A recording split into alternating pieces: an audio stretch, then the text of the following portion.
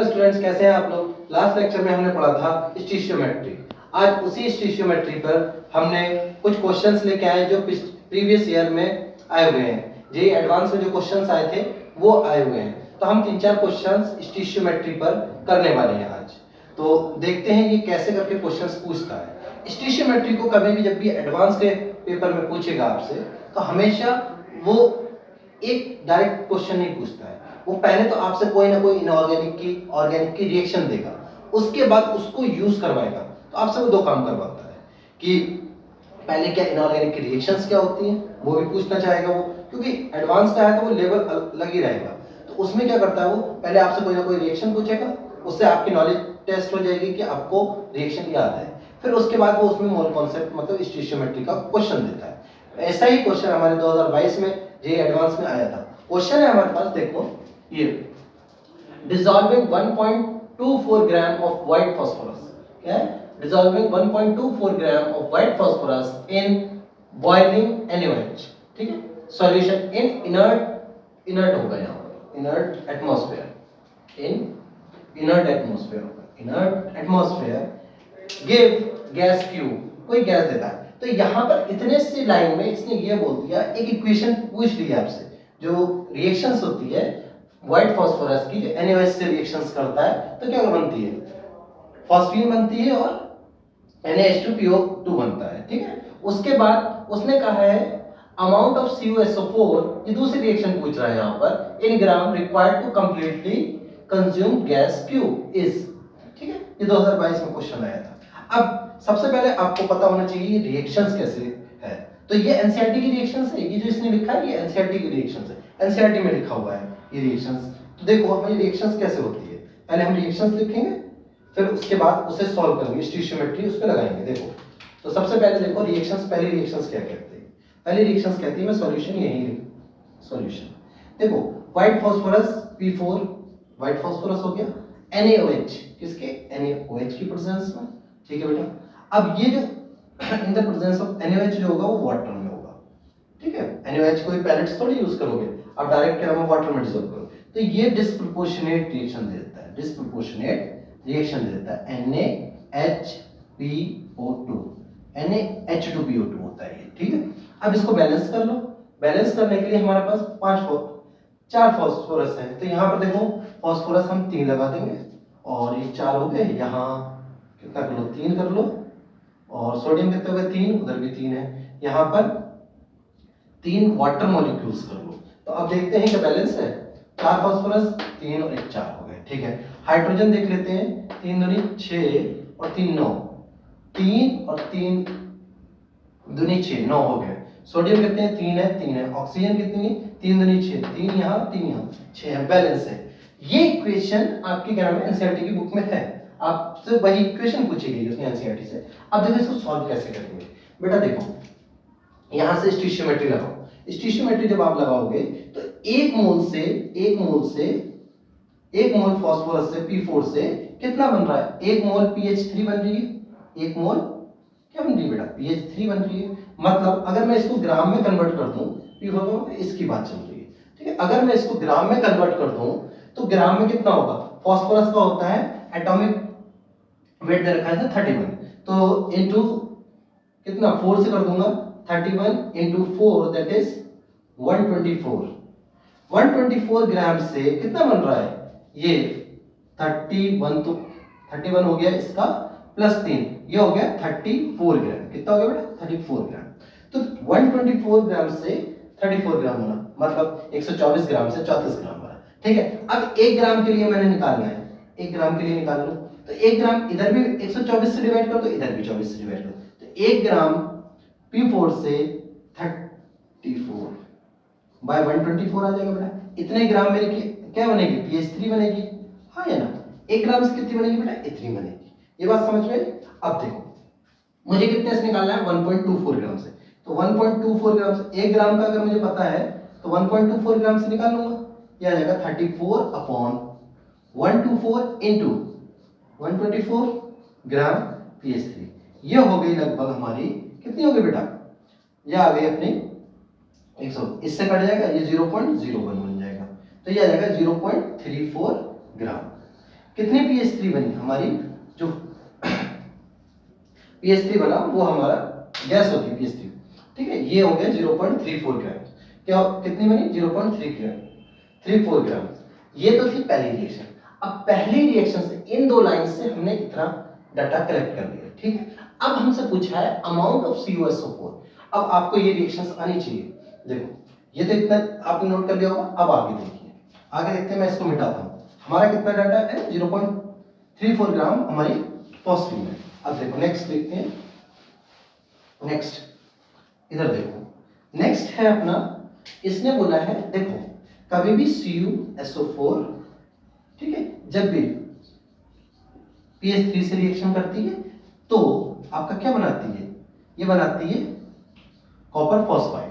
तो इस पे कितना होता है 3 नेगेटिव, इस पे 2 आ गया, Cu3PO2 बन जाता है, ठीक है। प्लस और क्या है आपका क्या बन जाएगा H2SO4 बन जाएगा। और क्या बनेगा, कुछ और बनेगा, उसका बनने का कोई दिक्कत ही नहीं है, ठीक है। अब देखो यहाँ देखो कॉपर कितने हैं यहाँ पर 3, तो यहाँ पर लगाना पड़ेगा 3, ठीक है। यहाँ पर फॉस्फेट कितने हैं 2, तो यहाँ 2 लगा दो। तो देख लेते हैं बैलेंस C3P2 तो हो गए।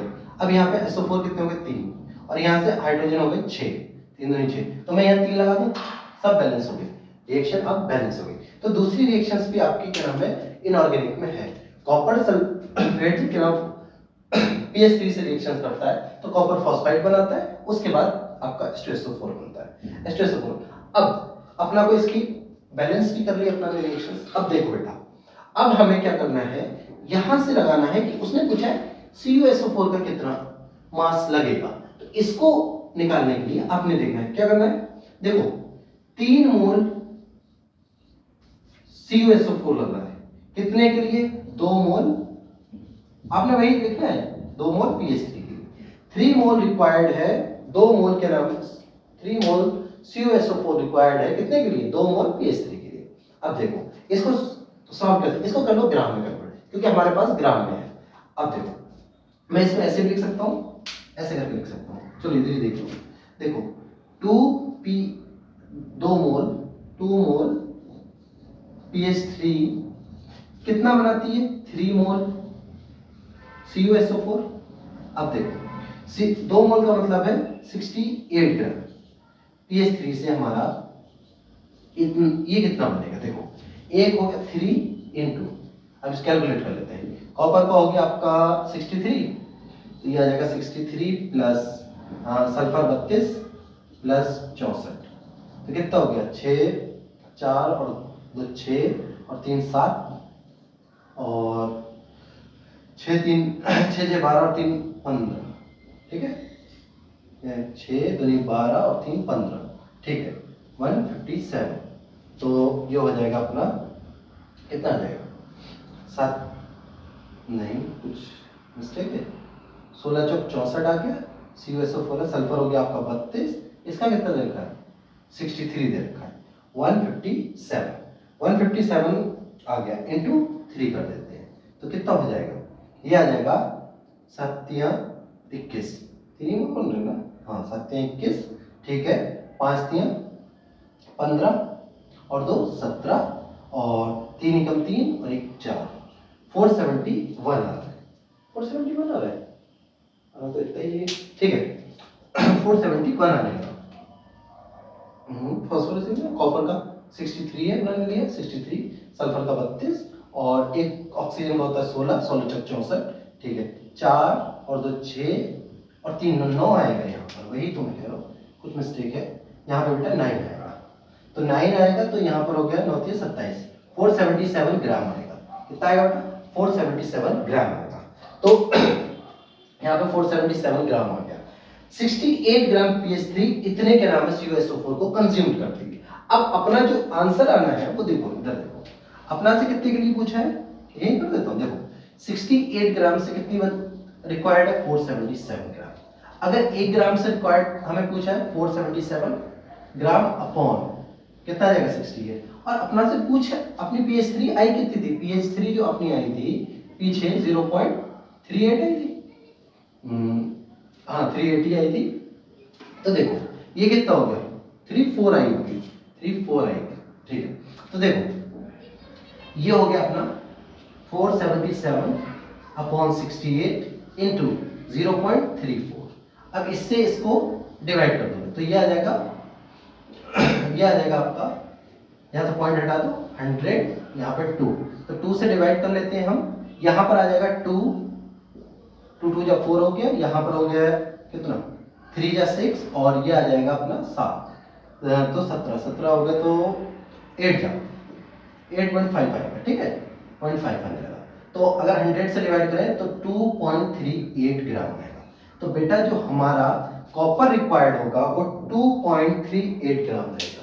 अब देखा इस क्वेश्चन कैसे आपसे पूरी इनऑर्गेनिक की रिएक्शन पूछ ली, स्टीरियोकेमिस्ट्री पूछ ली, ये एडवांस 2022 का क्वेश्चन है। तो सबसे पहले इस क्वेश्चन में क्या था, पहले अपना लिखना है फास्फोरस NaOH की प्रेजेंस में, किसकी प्रेजेंस में, NaOH की प्रेजेंस में क्या बनाएगा, PH3 बनाएगा प्लस Na2PO2 बना देगा, Na2PO2 बना देगा। वहां से हमने स्टीरियोमेट्री लगानी है कि कितना आ रहा था, 124 ग्राम से कितना बन रहा था, 34 ग्राम से बन रहा था। तो 1.4 से 1.24 से कितना बन रहा था अपना 0.34 बन रहा था, ठीक है। उससे अपना ने निकाला था। वहां पर उस PH3 को अपना ने इस रिएक्शन में यूज करना। अब ये सेकंड रिएक्शन आ गई, कॉपर सल्फेट जब PH3 से रिएक्ट करेगा तो ये कॉपर फॉस्फाइड बनाएगा, कॉपर फॉस्फाइड प्लस वाटर। अब देखो इसके 3 मोल लग रहे हैं इसके 2 मोल के लिए, तो इसके 3 मोल किसके, CuSO4 के 3 मोल लग रहे हैं बेटा।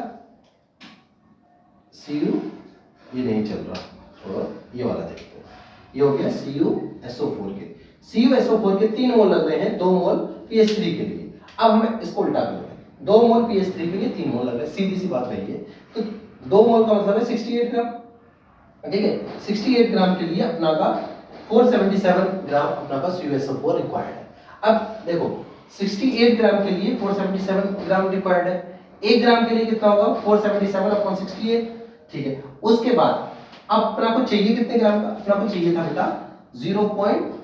ये गलत है, इसको फेंक देते हैं, ये देखो 0.34 ग्राम के लिए चाहिए था। तो हमने क्या किया, 1 ग्राम के लिए हमें पता था 477 अपॉन 68 इंटू 0.34, ठीक है, अपॉन 100 कर लिया, पॉइंट्स यहाँ से हटा दिए, यहाँ 100 कर लिया, तो हमारा आया 238.5, उसे 100 से डिवाइड कर 2.38 का। तो इसका जो आंसर हमारा आएगा वो 2.38 ग्राम आएगा, ठीक है। ये आंसर था हमारे इस क्वेश्चन का। तो आपने देखा कैसे इनऑर्गेनिक की रिएक्शंस को यूज करवाया उसने, उसके बाद अपना से स्टीरियोमेट्री पूछी। तो एडवांस में ऐसे ही क्वेश्चन आते हैं, आप ऐसे ही क्वेश्चंस की प्रैक्टिस कीजिए। अब हम दूसरा क्वेश्चन लेते हैं यहाँ पर, ठीक है, इसको मिटा देते हैं। उम्मीद है आपको समझ आएगा।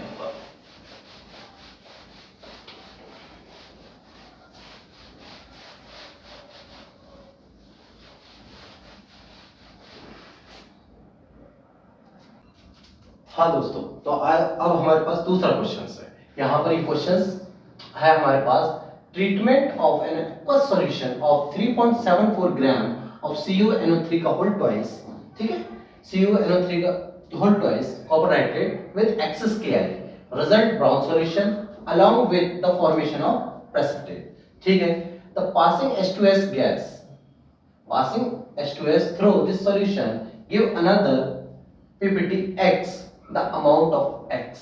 क्या पूछा है हमसे, अमाउंट ऑफ X पूछा है, ठीक है। तो क्या होगा यहाँ, तो देखो ये क्वेश्चन भी आपका किससे है, इनऑर्गेनिक से ही रिलेटेड है, मगर उसने इसमें भी स्टीरियोमेट्री पूछ ली। तो सबसे पहले आपको पता होना चाहिए क्या होता है, सबसे पहले आपको पता होना चाहिए कि जब भी क्या करते हैं हम कॉपर नाइट्रेट को Ki से रिएक्शंस कराते हैं, तो कॉपर का जो होता है कॉपर 1 में जाता है, कॉपर 2 पॉजिटिव नहीं बनता है, कॉपर 1 जाता है, एक व्हाइट कलर का प्रेसिपिटेट बनता है, फिर एक्सेस ऑफ Ki होने की वजह से वो ब्राउन कलर का हो जाता है। तो हमें ये रिएक्शंस करनी है, तो हमें ये रिएक्शंस आती होगी तभी हम इस क्वेश्चन को सॉल्व कर सकते हैं। तो देखो इसका सॉल्यूशन कैसे है, देखो CuNO3, ये रिएक्शंस आपको इनऑर्गेनिक की आनी चाहिए। CuNO3, ठीक है, इसमें आप क्या डालोगे Ki डालना है अपने एक्सेस में, तो क्या हो जाएगा Cu2I2 प्लस हो जाएगा आपका, क्या बनेगा आपका Ki3 बनेगा, प्लस बन जाएगा आपका KNO3। ठीक है, अब देखो बैलेंस करो रिएक्शंस को, यहाँ 2 लगा लो, 2 कॉपर इधर 2 कॉपर इधर, ना NO3 कितने हो गए 4 हो गए, तो यहाँ पर 4 लगा दो। यहाँ पर पोटेशियम, पोटेशियम आपके 5 हो गए, 5 हो गए। आयोडीन बैलेंस है 2 और 3 5। ठीक है, ये रिएक्शन है बेटा, क्या है ये रिएक्शन है आपकी। तो इसमें देखो कॉपर +2 से +1 में चला जाता है क्योंकि iodine as a reducing agent होती है, और ये व्हाइट कलर का प्रेसिपिटेट होता है, ये व्हाइट पीपीटी होता है। और ये क्वेश्चंस भी आता है इनऑर्गेनिक में क्वालिटेटिव एनालिसिस में। ये व्हाइट कलर का प्रेसिपिटेट होता है मगर ये सॉल्यूशन ब्राउन कलर का दिखता है। तो ब्राउन कलर का क्यों दिखता है? KI3 की वजह से, KI3 की वजह से ये ब्राउन कलर का दिखता है। ये चीज होती है, ये क्वेश्चन आता है आपसे। ठीक है, तो अब देखो यहाँ पे हमें सॉल्यूशन इसको कैसे करना है। देखो अब यहाँ से लगाओ, ये रिएक्शन बैलेंस हो गई, तो उसने बोला है 3.74 grams Cu NO3 whole twice react with excess of it। तो देखो इसका कॉपर नाइट्रेट का क्या नाम, हम मोलर मास निकाल लेते हैं, KI3 बन रहा है। ठीक है, देखते हैं इसके 2 मोल से, इसके 2 मोल से किस किस में लगाना है, इसमें और KI3, क्योंकि आगे वाली रिएक्शन KI3 से होने वाली है। तो 2 मोल के लिए इसका कितना बन रहा है, 1 मोल बन रहा है। कितना बन रहा है बेटा, 1 मोल बन रहा है। कितना, 1 मोल। अब इसका ये नाम है, हमें मोलर मास निकालना होगा। तो Cu का होता है आपका, मैं इधर कैलकुलेट करता हूँ, Cu का होता है 63, और अपना हो गया नाइट्रोजन का 14, ऑक्सीजन का हो गया आपका, तो 2 है तो 28 लिख लेता हूँ मैं डायरेक्ट, 2 से मल्टीप्लाई भी करनी पड़ेगी ना। और ऑक्सीजन का हो जाता है 16, 16 या 16 32 होते हैं 48, 48 इंटू 2, 48 इंटू 2 आ गया तुम्हारा 8 दूनी 16 9 96 ये हो गया। ठीक है, अब देखो यहाँ से मोलर मास निकाल लेते हैं, 8 और 6 14 और 3 17, हासिल कितना हो गया 1 कैरी 6 और 9 और 9 18 हो गया। ठीक है, तो अपना के मोल्स कितने आएंगे, 187 इसका मास हो गया, तो 3.74 अपॉन 187, तो ये आ गया बेटा कितना टाइम्स, मुझे लगता है 2 टाइम्स कर जाएगा, 36 सही है, ये आ जाएगा 0.02 मोल्स किसके हैं, कॉपर नाइट्रेट के। देखो इसके 2 मोल से ये बन रहा है 1 मोल, कितना बन रहा है, 1 मोल बन रहा है, तो 0.02 मोल से ये बनेगा 0.01 मोल, तो KI अपना कितना बन गया 0.1 मोल। अब देखो आप ये क्वेश्चन तभी कर सकते हो जब आपको ये रिएक्शंस पता है, अदरवाइज नहीं कर सकते। तो इनऑर्गेनिक पे भी फोकस अच्छे से देना है। अब देखो अपना ये सब आके इसको मैं मिटा देता हूँ, गंदा सा, ठीक है, ये चीजें सब मिटा दे रहा है, ये आगे हो गया आपको। अब देखो दूसरी रिएक्शंस क्या होगी, दूसरी रिएक्शंस क्या होगी, देखो KI3 असल में कैसे होता है, Ki plus I2, Ki plus I2, और आयोडीन का यहाँ पर जो होता है वो एक ऑक्सीडाइजिंग नेचर होता है। क्या होता है, ऑक्सीडाइजिंग एजेंट की तरह काम करता है। तो होता क्या है, देखो नेक्स्ट रिएक्शंस में हमारा KI3 प्लस H2S बेटा नई रिएक्शंस बनाता है, सल्फर प्रेसिपिटेट कर जाता है, सल्फर प्रेसिपिटेट करता है, यहाँ पर ये प्रेसिपिटेट होता है। ठीक है, सल्फर प्रेसिपिटेट करता है, प्लस क्या बनेगा अपना KI बनता है, प्लस H2HI बनता है। ठीक है, 2HI बन जाता है, क्या बन जाता है, HI बन जाता है। I2 इसमें जो होता है बेटा वो इसको ऑक्सीडाइज कर देता है, -2 से 0 में पहुंचा देता है। अब देखो बेटा यहाँ पर देखो इसको बैलेंस भी कर लेते हैं, तो बैलेंस करने के लिए यहाँ KI3 था, यहाँ पर आपका K बराबर है, आयोडीन कितनी है 3 है, सल्फर 1 है, H2 भी बराबर, बैलेंस रिएक्शन। अब बेटा देखो इसके 1 मोल से इसका कितना मोल बन रहा है, 1 मोल बन रहा है, कितना बन रहा है 1 मोल, 1 मोल से कितना बन रहा है बेटा, 1 मोल KI3 प्रोड्यूस 1 मोल सल्फर, है ना। तो इसके कितने मोल अपना को मिले थे 0.01, तो इसके 0.01 मोल से कितना बनेगा ये बेटा 0.01 मोल। अब सल्फर 0.01 मोल बना, रिएक्शन में सल्फर 0.01 मोल बना। अब देखो इसका मास निकालना है, तो आपको पता है मोल्स इज इक्वल टू क्या हो जाता है बेटा, वेट अपॉन मोलर मास। ठीक है, मोलर मास हो जाता है। अब देखो मोल्स कितने हैं 0.01, मोलर मास कितना होता है सल्फर का 32 इज इक्वल टू वेट आ जाएगा बेटा, तो ये आ गया अपना 0.32। तो इसका जो करेक्ट आंसर है वो होगा 0.32 ग्राम। तो ये ऐसे करके क्वेश्चंस आते हैं आपके एडवांस में। एडवांस वाला डायरेक्ट क्या नाम है आपसे स्टेशन, कोई भी टॉपिक एक बार नहीं पूछता, वो 2 एक क्वेश्चंस को मिला के देता है। तो स्टिशियोमेट्री पे ये क्वेश्चंस भी आपको 2022 में आया था। ठीक है, क्या करना था, सबसे पहले आपको रिएक्शंस आनी चाहिए थी, रिएक्शंस में क्या था, कॉपर नाइट्रेट को Ki से रिएक्शंस कराएंगे, Cu2I2 आता है प्लस Ki3 आता है प्लस Kn2। ये याद रख लेना, ये व्हाइट कलर का प्रेसिपिटेट होता है, इसके वजह से ब्राउन कलर का ये सॉल्यूशन दिखता है, क्योंकि ये एक्सेस Ki होने की वजह से जो I2 होती है वो इसके साथ रिएक्शन कर जाती है, तो क्या होता है, ये अपना Ki3 बन जाता है। अब ये देखो, इसके 0.0, इसके 2 मोल से ये 1 मोल बन रहा है, तो इसके 0.02 मोल से ये बन जाएगा 0.01 मोल। अब देखो इसका Ki3 प्लस H2S रिएक्शन करता है sulphur plus Ki plus 2HI को। जब ये रिएक्शन नहीं आएगी तो आगे का नहीं होता, पहले रिएक्शंस भी पढ़नी होती है, ठीक है, मगर अपना को अपना कॉन्सेप्ट यूज करना भी आना चाहिए। तो 1 मोल से ये 1 मोल बन रहा है, तो 0.01 मोल से ये 0.1 मोल। आपको पता है moles is equal to weight upon molar mass, तो क्या होगा देखो, moles into molar mass is equal to mass आ जाएगा, तो ये हमारा आंसर आ गया। तो इस तरीके से आपको स्टिशियोमेट्री लगानी है, तो ये आपका सेकंड क्वेश्चन हो गया, ठीक है। ऐसे करके आपको क्वेश्चंस करने हैं। अब जितने भी चीजें मैंने पढ़ाई हैं उस पर बहुत सारे से क्वेश्चंस कीजिए। एक क्वेश्चंस और आया था उसको भी कर लेते हैं, उसके बाद हम इसको वाइंड करेंगे, ठीक है। मैं इसको मिटा देता हूँ,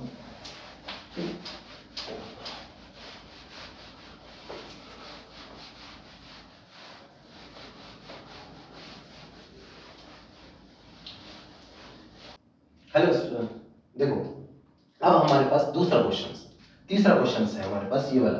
देखो तीसरा क्वेश्चन हमारे पास 2020 में आया था जेई एडवांस में। हमारे पास क्वेश्चन है कि aluminium react with H2SO4 to form aluminium sulphate and hydrogen gas, what is the volume of H2 produce, जो हाइड्रोजन बनेगी वो कितनी प्रोड्यूस होगी 300 केल्विन पर, और 180 हम जो प्रेशर रखें जब 5.4 ग्राम एल्युमिनियम और 50 ml ऑफ 5 मोलर H2SO4। अब देखो इसका तो मास दे दिया, इसकी क्या नाम है, तो मैं वॉल्यूम और मोलैरिटी दे दी। अब आपसे ये कॉन्सेप्ट भी पूछना चाहता है कि मोलैरिटी वॉल्यूम से मोल्स कैसे निकालोगे, H2SO4 react are combined in the reactions, तो इस टाइप के क्वेश्चंस को आप कैसे सॉल्व करोगे। तो क्वेश्चन को सॉल्व करने के लिए आपने सबसे पहले लिखना है रिएक्शन, ए एल्युमिनियम किससे रिएक्ट करेगा H2SO4 से बेटा, और रिएक्शन में बनाएगा आपका, देखो ये बन जाएगा Al2SO4 का होल थ्राइस, ठीक है, प्लस H2।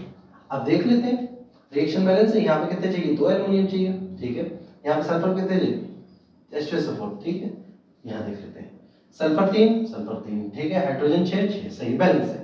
तो देखो अपना को ये बैलेंस्ड रिएक्शन है। अब देखते हैं यहाँ पर हमें देखना है, देखो एल्युमिनियम्स की यहाँ पे मास दे रखा है, इसके मोल्स निकाल लेते हैं, और यहाँ मोलैरिटी इनटू वॉल्यूम से, मोलैरिटी इनटू वॉल्यूम से हम मोल्स निकाल सकते हैं। तो देखो एल्युमिनियम के मोल्स आ जाएंगे 5.4 अपॉन 27, ठीक है बेटा, यहाँ से हटा दो तो यहाँ पे 10 लिख लेते हैं अपना 2, तो ये आ गए 0.2 मोल्स, ठीक है।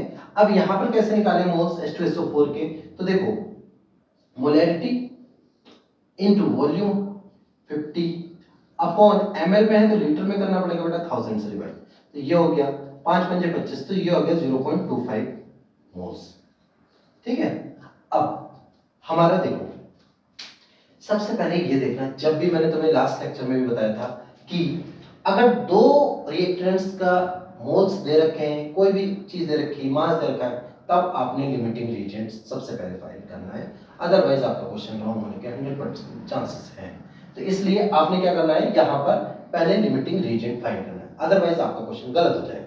तो लिमिटिंग रिएजेंट आप कैसे करोगे, देखो आपने क्या करना है, जो मोल्स है और इसकी जो स्टिशियोमेट्री यहाँ पे जो नंबर है उससे डिवाइड करना है, तो ये आ गया लिमिटिंग रिएजेंट। जब फाइंड करोगे तो आपका ये आ जाएगा 0.2 अपॉन 2, और ये करोगे 0.25 अपॉन 3। तो बेटा कौन सा लिमिटिंग रिएजेंट है, लिमिटिंग रिएजेंट बेटा ये देखो, ये 0.8 के करीब आएगा, 0.08 के करीब, और ये आएगा 0.1 के करीब। तो ये वाला लिमिटिंग रिएजेंट हुआ नहीं हुआ, जिसका नंबर कम वो लिमिटिंग, तो यहाँ पर H2SO4 लिमिटिंग रिएजेंट है।